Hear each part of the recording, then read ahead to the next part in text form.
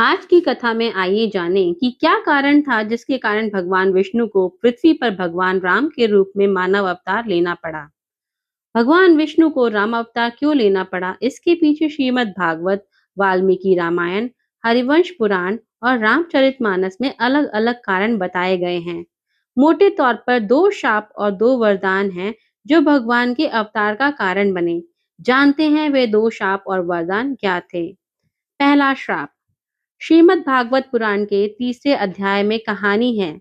सृष्टि के आरंभ में ब्रह्मा जी ने कई लोकों की रचना करने के लिए तपस्या की। उनकी तपस्या से प्रसन्न होकर भगवान विष्णु ने सनक, सनंदन, सनातन और सनत कुमार नाम के चार मुनियों के रूप में अवतार लिया। ये भगवान विष्णु के पहले अवतार माने जाते हैं। वैकुंठ लोक में भगवान विष्णु के दो द्वारपाल थे, जय और विजय।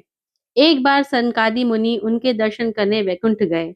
वहां द्वार पर जय और विजय ने उनको प्रवेश न करने दिया, जिससे नाराज होकर सनकादि मुनियों ने उन दोनों को श्राप दिया कि उन्हें 3 जन्मों तक राक्षस कुल में जन्म लेना पड़ेगा।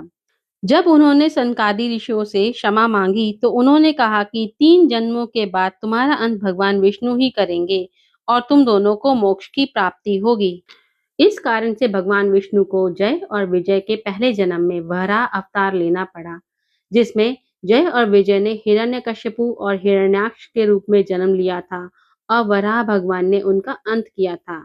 दूसरे जन्म में इन्होंने रावण और कुंभकर्ण जैसे महान और शक्तिशाली राक्षस के रूप में जन्म लिया और भगवान विष्णु जी ने श्री राम का अवतार लेकर इनका वध किया था। अंत में तीसरे जन्म में जय और विजय ने शिशुपाल और दंतवक्र के रूप में जन्म लिया और भगवान विष्णु ने श्री कृष्ण का अवतार लेकर इन दोनों का वध किया था।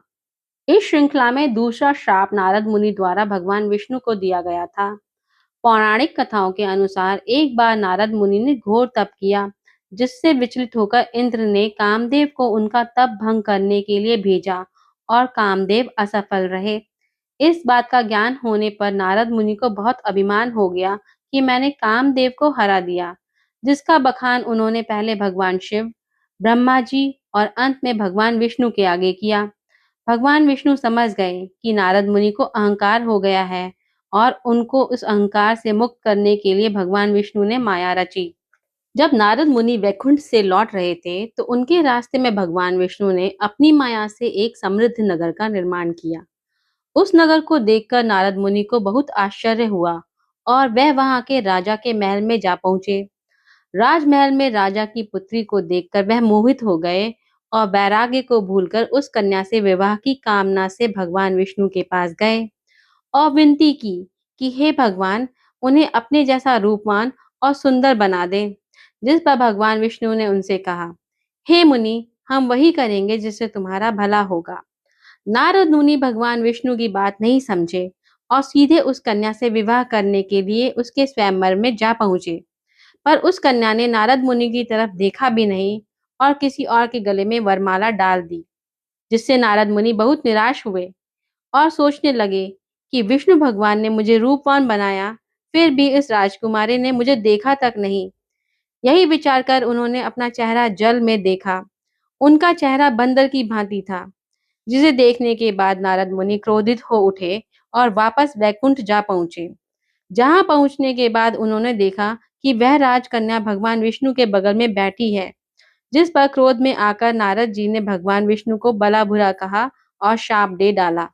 जिस प्रकार आपने बंदर के समान मेरा मुंह बनाकर मेरा उपहास कराया है, मैं भी आपको शाप देता हूँ कि आप पृथ्वी पर मनुष्य के रूप में जन्म लेंगे और जिस प्रकार मुझे स्त्री वियोग सहना पड़ा, उसी प्रकार आप भी स्त्री वियोग सहेंगे व आपको वानरों की मदद लेनी पड़ेगी।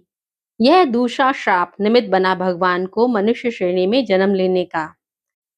अब आइए जानें कि वो कौन से दो वरदान हैं जो कि भगवान के मनुष्य जन्म का कारण बने। भगवान विष्णु ने मनु और शत्रुपा को दिया था वरदान। पौराणिक कथा के अनुसार मनु और उनकी पत्नी शत्रुपा से ही मनुष्य जाति की उत्पत्ति हुई। इन दोनों पति और पत्नी का आचरण बहुत ही अच्छा था। वृद्ध होने पर मनु अपने पुत्र को राजपाट देकर वन में चले गए। वहीं जाकर मनु और शत्रुपा ने कई हजारों सालों तक भगवान विष्णु को प्रसन्न करने के लिए तप किया। मनु और शत्रुपा के तप से प्रसन्न होकर भगवान विष्णु उनके समक्ष प्रकट हुए और उनसे वरदान मांगने को कहा।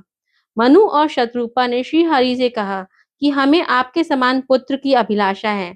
उनकी इच्छा सुनकर श्री हरि ने कहा कि संसार में मेरे समान कोई और नहीं है, इसलिए तुम्हारी अभिलाषा पूरी करने के लिए मैं स्वयं तुम्हारे पुत्र के रूप में जन्म लूंगा। कुछ समय पश्चात आप अयोध्या के राजा दशरथ के रूप में जन्म लेंगे और शत्रुपा माता कौशल्या के रूप में आपकी पत्नी होंगी। उसी समय मैं आपका पुत्र बनकर आपकी इच्छा पूर्ण करूंगा। इस प्रकार मनु और शत्रुपा के दिए वरदान के कारण भगवान विष्णु ने धरती पर मर्यादा पुरुषोत्तम भगवान श्री राम के रूप में अवतार लिया। दूसरा वरदान वह था जो ब्रह्मा जी ने रावण को दिया था। वाल्मीकि रामायण के अनुसार रावण ने ब्रह्मा जी को प्रसन्न करने के लिए कठोर तपस्या की। ब्रह्मा जी प्रसन्न हुए और उन्होंने रावण से वरदान मांगने को कहा, जिस पर रावण ने कहा कि मैं अमरता का वरदान चाहता हूँ। इस पर भगवान ब्रह्मा जी ने उत्तर दिया कि इस संसार में कोई भी अमर नहीं है, जो भी जन्म लेता है उसकी मृत्यु निश्चित है। यद्यपि तुम अपनी मृत्यु की परिस्थितियां स्वयं तय कर सकते हो। तब रावण ने कहा, ठीक है, कृपया मुझे यह वरदान दीजिए कि कोई भी देवता या राक्षस मुझे ना मार सके। तब ब्रह्मा जी ने उसे यह वरदान दिया। इसी वरदान के कारण भगवान विष्णु जी ने राम जी का अवतार लेना पड़ा, क्योंकि रावण को केवल एक साधारण मनुष्य ही मार सकता था। जय श्री राम।